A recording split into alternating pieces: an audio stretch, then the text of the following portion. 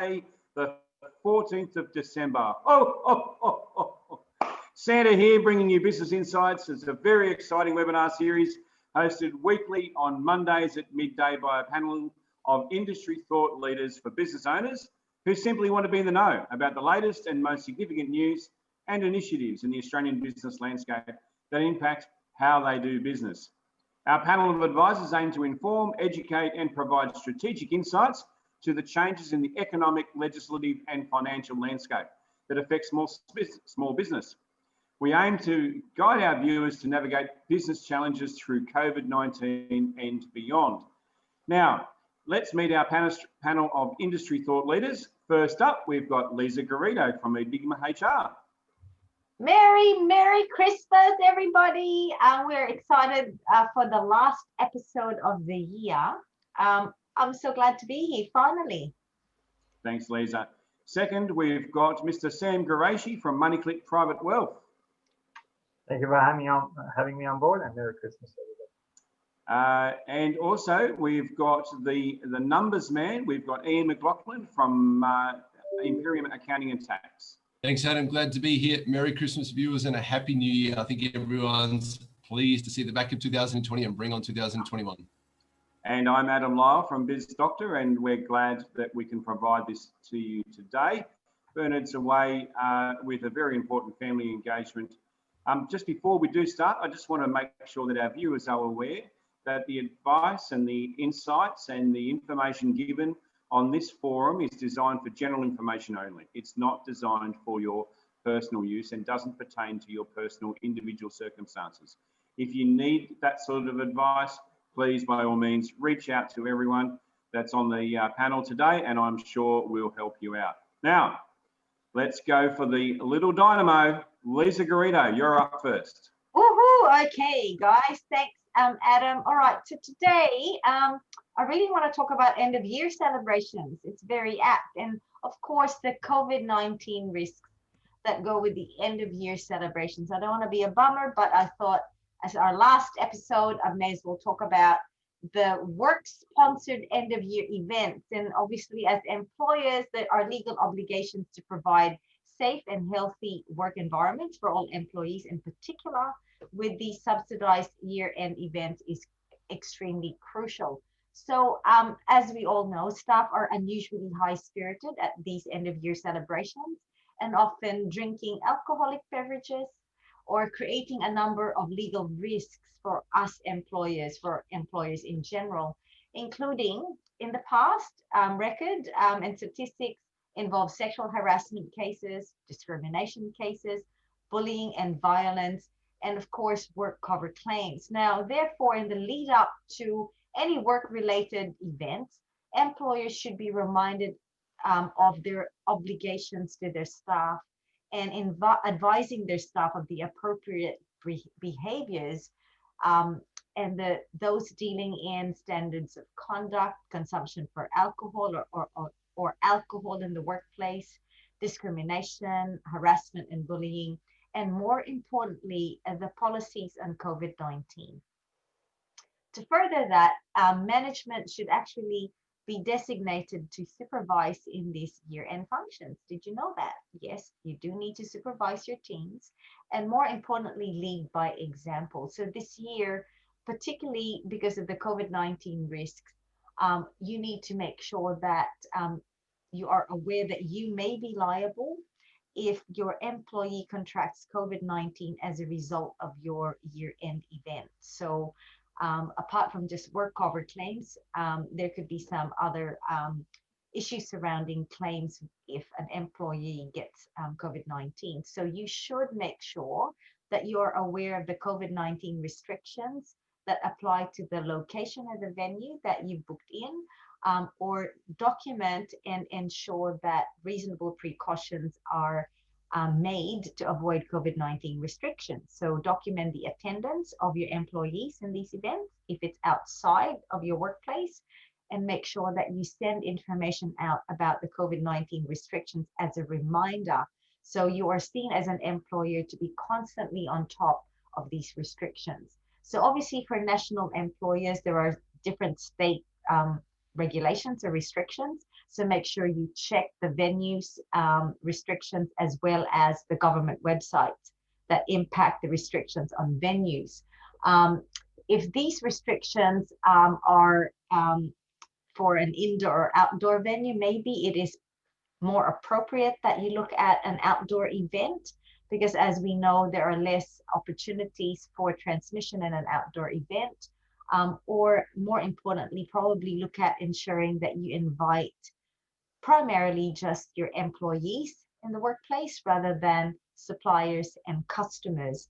As you know, we have no control of what external parties do in terms of their contact and their activities outside of the workplace. But at the very least, we as employers know that we have control over the information that we provide our employees. So just to wrap up, in terms of the COVID safe behavior, we know that it is expected that you stay home if you are feeling unwell. Too bad if you're going to miss out on a workplace event, but stay home.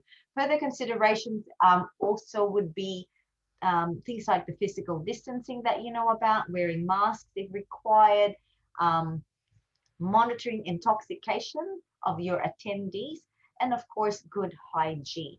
So ensure that you are keeping a record of attendance, particularly as your employees start walking in the venue. And of course, making sure that you actually register your attendance at the venue itself with their QR codes if they have this available. And most of them would already have that. So that's really what I wanted to say. It's very challenging because this is a very different environment this Christmas time. And there's more responsibility for us as employers to ensure that we can still contain and control the COVID-19 measures. But on that note, enjoy the celebrations. Enjoy the fact that we are going to kiss 2020 goodbye and hopefully welcome 2021 with renewed courage and renewed strength as a business. So just wanted to wish everybody a Merry Christmas, and I look forward to the next episode in 2021. Thanks so much, Lisa, and Merry Christmas to you with your loved ones, and hopefully you can also get to Adelaide over the break as well. At least as we know that because you're not from WA, you'll be right to do that. Okay, next up, the big one, Sam Garashi.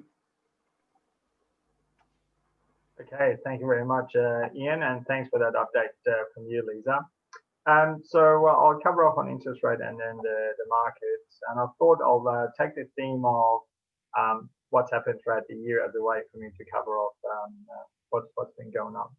So of course, with the RBA cash rate dropping of recent times and then operating in the bond market, we've seen the rates in variable rates drop to record lows, having the lowest ever cash rate of 0.1% in the history of our country, basically. Make no mistake, this is very unprecedented times for us to have things like that. So we can't be complacent. As part of the stimulus package by the government, we've also had the bond rates drop as well, and that impacts the fixed rates. They're now at the record lows, with savings most falling in the range of the 2 to 4 years at about 1.88 to 2.09% per annum. Again, a record low that we've never seen for most of our lifetime. Now, banks continue to differentiate borrowers based on if they are existing or new to the bank, which is why refinancing does work for some people, but I should say that not for all, especially if you have a higher fixed rate already from previous years, and which if you break, it means that you give up all your new loans savings to the outgoing bank. So you need to be very mindful of that and engage with your credit advisor on that part. Now, there may be more value for an investment loan to be considered to be broken, and you should discuss the tax implications of that with your accountant, guys like our esteemed colleague here, Ian McLaughlin. So we're going to Christmas period with banks finally feeling some competition, and we're seeing some reduction of the differential between the owner-occupier and investment loans that we haven't experienced in the last 2 or 3 years. And perhaps we may even see some changes to the interest-only and principal and interest repayments. There's been a differential between those for some time as a result of directions by APRA, and we're seeing that potentially that differential getting smaller and smaller as we go along. We're also seeing some assessment rates, which the banks use to decide on how much to lend you. Essentially, this is a higher rate than the actual rate that you get. Dropped from mid 7% to now just under and just over 5% across different banks. That has a really great impact of the ability for the borrowers to essentially deal with their loans better and obviously borrow more as well. Now, that is provided that it makes sense. If you are employed, that you're not impacted by the COVID-19 in a way that's going to be detrimental to you. Now, we're hearing some, definitely in some pockets of the property market, there's in fact, a small mini boom happening. Obviously, the low rates and loosening of the credit rules has assisted in the ability of the borrowers to take on more debt, and obviously that's not necessarily a bad thing. And now, not to be a net negative, but there is two sides to everything. So we recommend that you also consider that if you're borrowing well above what you could normally do, you will need to ensure that you can cope with future rate increases also. For example, the $750,000 loan at say an average of 2.6% variable that you can get today would have repayments of approximately $3,000 per month. But a 2% increase over time, which will definitely happen at some point in the future, will bump up that rate of amount that you pay by another $850 per month. So you need to make sure that your affordability remains. Now, onto the markets. Markets lost some steam in the last week or so. It only finished up 0.1% higher compared to the prior week. Iron ore was the major winner for last week. Now, we certainly started the year with some pain caused by the bushfire. Economically, we were in very good shape. In fact, ASX hit an all-time high in February this year, surpassing the pre-GFC mark for the first time since 2007. US at the same time has quadrupled. So there's been a really great outcome at the start of the year. Obviously, the pandemic forced us all into new habits, say technology. Questions like, can you hear me on the Zoom become the norm. And we're also able to take time out to take stock of what is important to us. Now, there's still some concern about COVID-19 and the health of the overall global economy. Obviously, as the US, Europe, and parts of South America continue to see the number of active cases spike, that's a big issue. So closer to home, we have other impending concerns, and they're all coming up into the next year. JobKeeper due to taper off, loan deferrals finishing. I'm sure Adam will talk about this, but the moratorium on the bankruptcy about to cease. And we will need to closely monitor how these things will affect us in the first half of 2021. So we're certainly not out of the woods despite what media is telling us. But on the flip side, I guess the hope of the vaccine has seen the market rebound in November. Obviously, the US have their best month in history is what they had. And Australia also had their best year in 27 years, a best month in 27 years in terms of their share market. GDP has made a small rebound, although it's still down overall. Employment levels should also start to go back up a little bit more, especially with the strong government stimulus packages that are helping to bridge that gap until we see more recovery. Now, low interest rates have been a great saver, obviously, for all the homeowners, and surprisingly, that's one of the reasons, obviously, why we have this mini property boom at the moment. And as I mentioned before, we can't be complacent. We do need to make sure that we manage our expenses and we do everything right going forward. Which brings me to the point that I was going to share with you guys from last week's note. So firstly, most people at the end of the year, they have their New Year resolutions. So statistically, a Forbes study showing that only 25% of the people stay committed to their resolution after 30 days. And only 8% of those, it actually gets accomplished afterwards. So I guess my concern is that if you have a financial New Year's resolution, statistically, you're not going to stick with it. So you're best not to actually have a New Year's resolution financially. It might sound a bit crazy. But what I'm really talking about here is I would rather if you work on good habits that you could have as lasting way of managing your finances in years to come. So some of these are very common sense, and also it reiterates the fact that you're going to help yourself to have a better financial future. So I definitely commend you to choose a better way to manage your finances by way of changing your habits And in keeping with that, I thought what I will do is that I will just very briefly share with you 8 points that I regard as important as part of that. Obviously, understand the magic of compounding.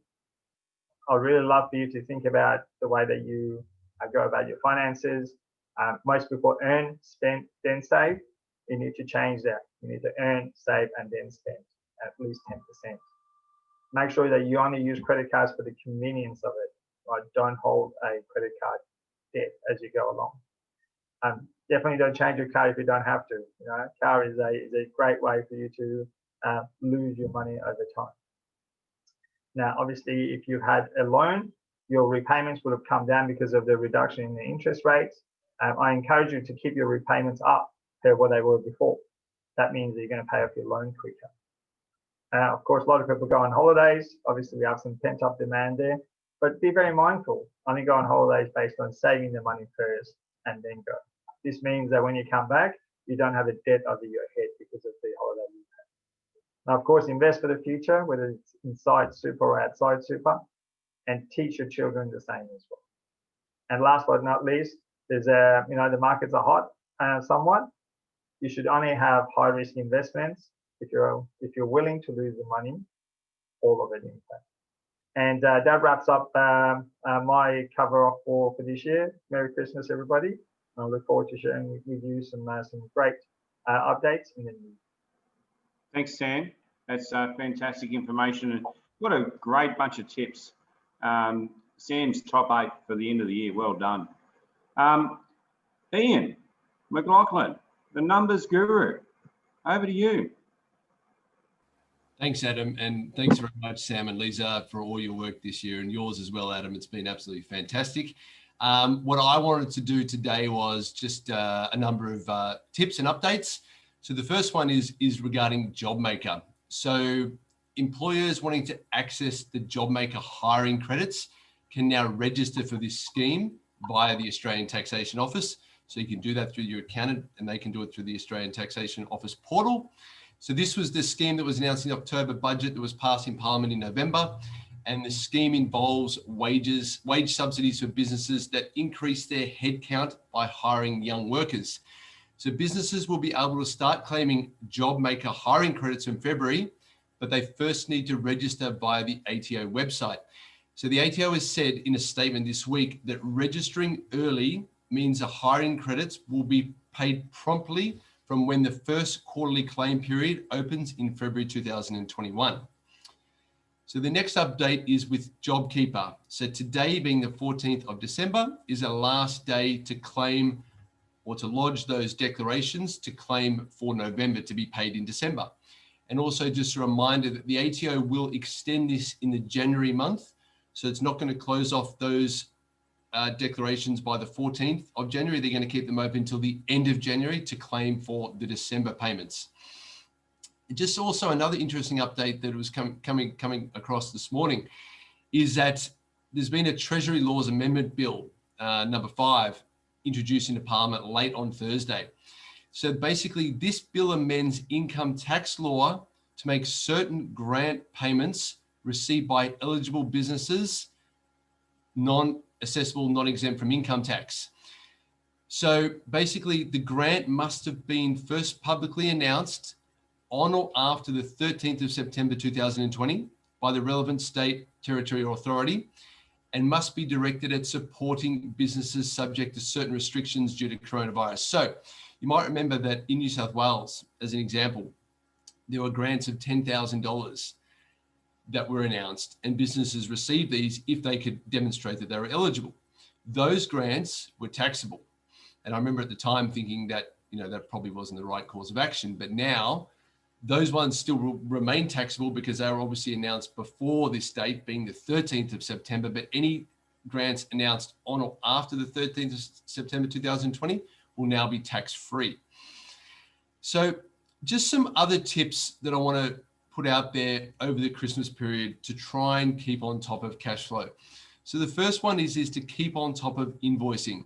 So generally in December, businesses can get quite lapsed because there's a lot going on. There's Christmas parties, And obviously we try and finish up a little bit before Christmas Eve, so we don't really see out the full end of month. So just try and make sure that you still hit your monthly targets by the end of, before you wrap up between now and Christmas. Send out those bills, and also make sure you have that upfront conversation with clients as well. If they're asking you to do work and they want it done by the end of the year, then say, look, that's fine. We're more than happy to do the work. We're more than happy to get it done.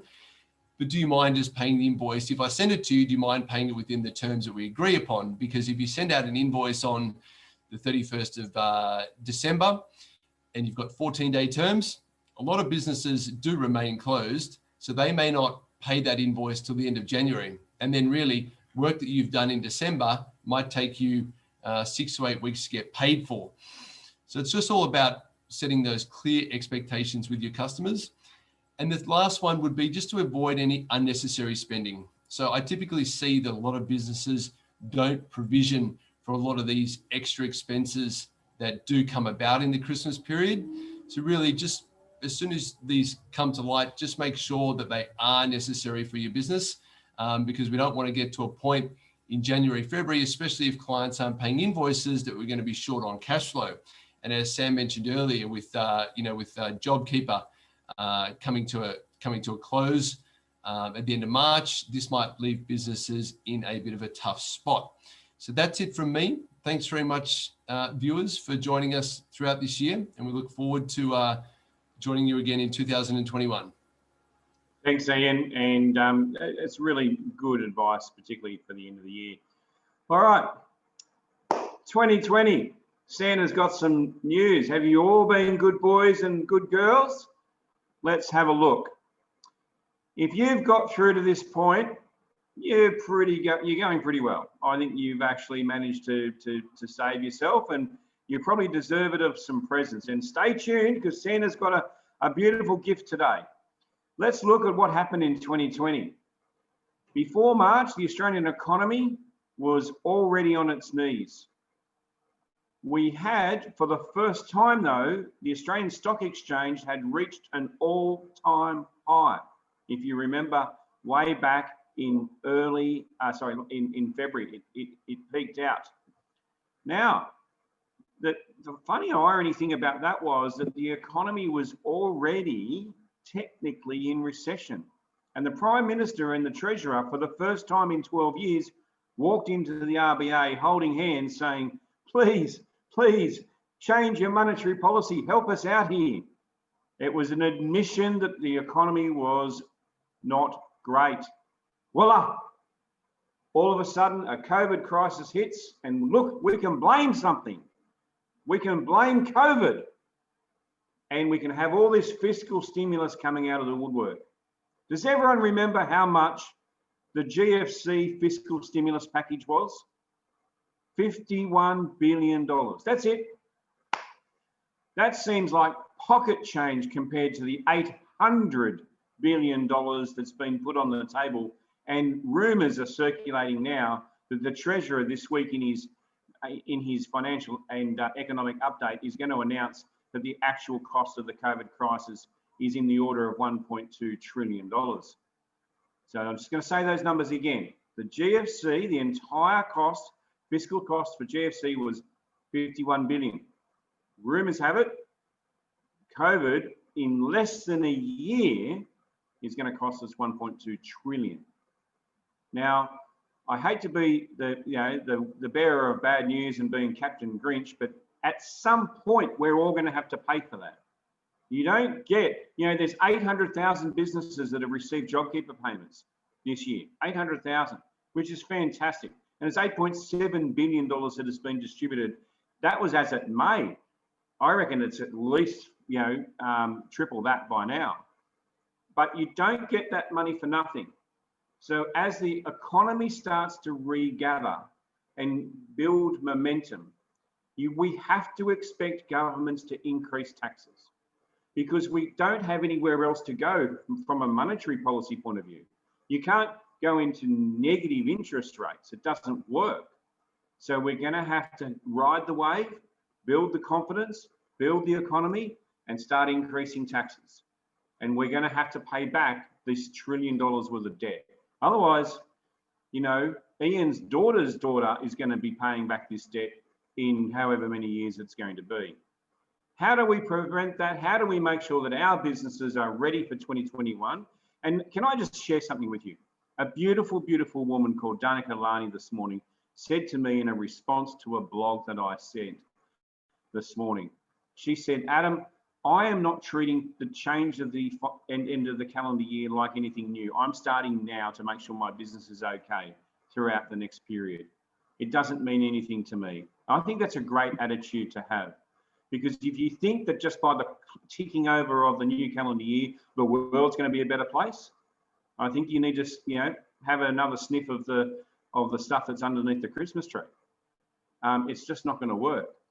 Now, the Treasurer last week, and I came out pretty strongly about this, the Treasurer last week came out and said that the economy is surviving and the recession is over. Well, sorry, champion. I know you've got a pretty good cushy job down there in the ivory towers of Canberra, but we've still got JobKeeper. We've still got an insolvency moratorium. We've still got landlord restraint. And we've, as Sam rightly pointed out before, we've still got the bank relief package. Now, the insolvency moratorium and the landlord relief packages finishes on the 31st of December this year. Happy New Year. And as soon as that happens, like Sam pointed out earlier, what effect is that going to have on the economy? Wouldn't it be a humongously grotesque admission of guilt if the Treasurer had to announce that we slipped back into recession at the end of the March quarter next year? I hope sincerely that that's not the case. I've already been proven wrong already this year because I announced that we would go into depression, and I'm glad we didn't. But I hope I'm wrong on this occasion too. Anyway, enough from the Grinch. Now, we have an announcement for the first viewer that emails inquiries@bizdoctor.com.au. The first viewer that does that will get a free business health check as a Christmas present from Santa. I think that's worth $2,500. I think that's a fantastic way for all of us to contribute to some lucky viewer today. Other than that, we're going to be having a little break. We're back on the 18th of January. Do we have any questions for any of the panel advisors at the moment? I can't see any in the chat. I think we're done. Any questions from Sam or Ian? I'm good. No? All right, well, 18th of January, mark it in your diary, 12 o'clock, we'll be back. You know, I'll get that facelift done finally. Maybe some other presents will come the way of some of the panelists. Lisa's already, she's so excited, she's already gone and planning now. She's dropped out, unfortunately. But have a Merry, Merry Christmas to you and all your families. Hope your businesses get through this turbulent, tough month ahead, and we'll see you back here on the 18th of January. Merry Christmas.